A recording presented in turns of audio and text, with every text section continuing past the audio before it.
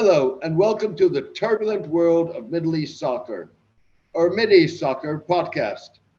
I am your host, James Dorsey. Please subscribe to my newsletter and or YouTube channel, where you can click the notification button for more updates. Also, allow me to thank all who have demonstrated their appreciation for my column by becoming paid subscribers. This enables me to ensure that it continues to have maximum impact. Maintaining free distribution means that news websites, blogs, and newsletters across the globe can republish it. I launched my column 12 years ago. To borrow a phrase from an early proprietor of The Observer, it offers readers, listeners, and viewers the scoop of interpretation. If you are able and willing to support the column, please become a paid subscriber by clicking on Substack on the subscription button at www.jamesmdorsey.substack.com and choosing one of the subscription options. Thank you, take care, and best wishes. Indonesia's geopolitical plate is piling up as the archipelago state prepares to host the Group of 20, or G20 summit, and associated gatherings in November, including the Religion 20, or R20, a high-level meeting of religious leaders, the first under the G20's auspices. The challenges and opportunities for Indonesia are multiple and often unique. In June, Indonesian President Joko Widodo persuaded the leaders of the Group of 7, which groups Canada, France, Germany, Italy, Japan, the United Kingdom, the United States, and the European Union, to join the summit in Bali of the G20, made up of the world's largest economies, even if it is attended by Russian President Vladimir Putin. The G7 leaders had threatened to boycott the summit if Mr. Putin were invited because of Russia's invasion of Ukraine. Even so, much can derail Mr. Widodo's achievement in the months leading up to the summit, although he has for now prevented a fracturing of the G20 even before the leaders convene. Pulling the G20 back from what could have constituted a devastating fiasco is just one of the pitfalls Indonesia has been seeking to maneuver.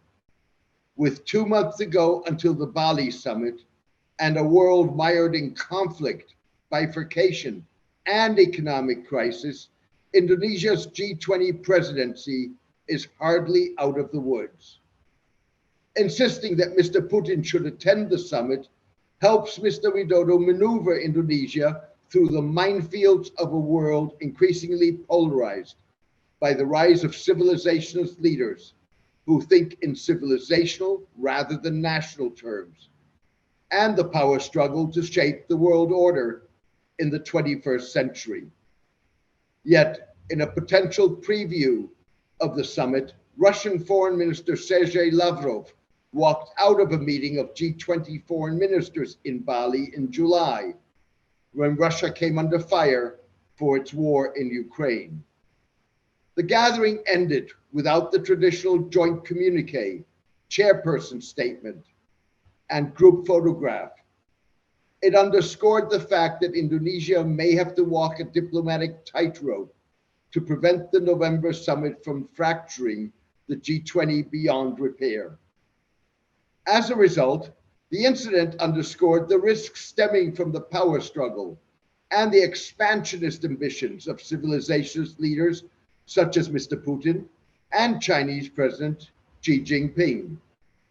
They threatened to put a dent in Indonesia's successful track record of adhering to the principles of a 1955 conference in the Indonesian city of Bandung that gave birth to the non-aligned movement. That has not stopped Indonesia from rejecting Chinese claims to territory in the South China Sea, refusing China's offer to negotiate maritime boundaries, and at times conducting military exercises just beyond Chinese claimed waters, while maintaining substantial economic relations with the People's Republic. However, increasingly, Indonesia may find that non-alignment no longer is its best option, even if that would not necessarily mean that it would pick sides in the US-China divide. What it does mean is that the G20 is the opportunity for Indonesia to showcase itself on the back of its diplomatic acumen as an attractive target for badly needed foreign investment and a regional power that has long flown under the radar. To do so, Indonesia, one of the world's biggest coal exporters and carbon emitters, will have to clarify its stance on a host of issues, including climate change, perceived threats posed not only by China, but also by AUKUS, the trilateral security pact between Australia, the United Kingdom, and the United States, that is allowing Australia to acquire nuclear-powered submarines, and the mushrooming of a food and energy crisis that raises the specter of a global recession. One way Indonesia hopes to make its mark is a summit of religious leaders that is scheduled to precede the meeting of heads of government and state. The religious summit is expected to refashion the G20's erstwhile interfaith track as the Religion 20. But even that is not without its pitfalls. Organized by Nahdlatul Ulama, the world's largest Muslim civil society movement in the world's largest Muslim majority country, and the Islamic world's foremost democracy, in cooperation with the Indonesian government, the R20 constitutes at first glance a significant shift away from the approach of the IF20.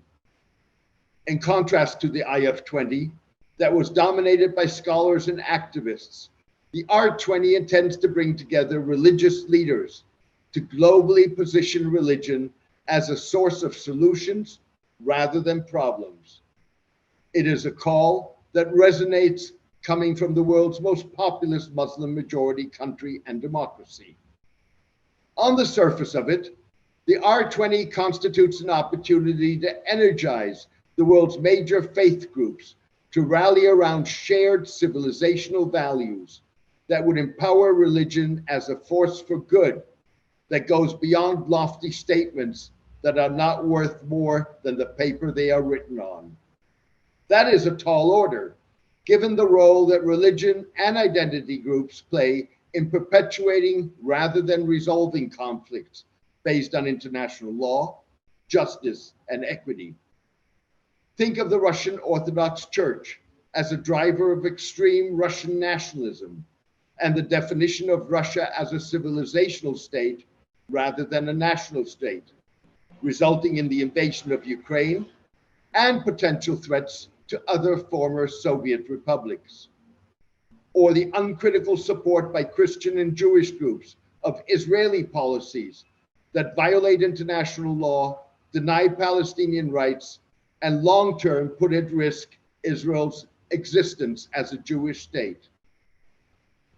In addition, the R20's organizers missed an opportunity to present the effort to reposition religion by inviting the Muslim World League, Saudi Crown Prince Mohammed bin Salman's vehicle to garner religious soft power and help polish the kingdom's tarnished image, to co-organize the religious summit, rather than representatives of non-Muslim organizations less beholden to a government. Even so, the R20 could undergird Mr. Widodo's vision of applying the principles of the Association of Southeast Asian Nations, ASEAN, to the G20. Indian officials argue that the nature of ASEAN has allowed its 10 members, despite their different political and economic systems, to prevent the once war-torn region from confronting another abyss and finding ways to peacefully manage or resolve disputes and tackle common problems. Like with the religious summit, Indonesia faces a tall order in attempting to pull back from the brink a world consumed by the war in Ukraine, as it seeks to maneuver the pitfalls of mounting tensions between the United States and China over issues like Taiwan, that, like Ukraine, could spark a war with a global fallout. Thank you for joining me today. I hope you enjoyed the podcast. Also, thank you for all who have demonstrated their appreciation for my column by becoming paid subscribers. This allows me to ensure that it continues to have maximum impact. Maintaining free distribution means that news websites, blogs, and newsletters across the globe can republish it. I launched my column 12 years ago.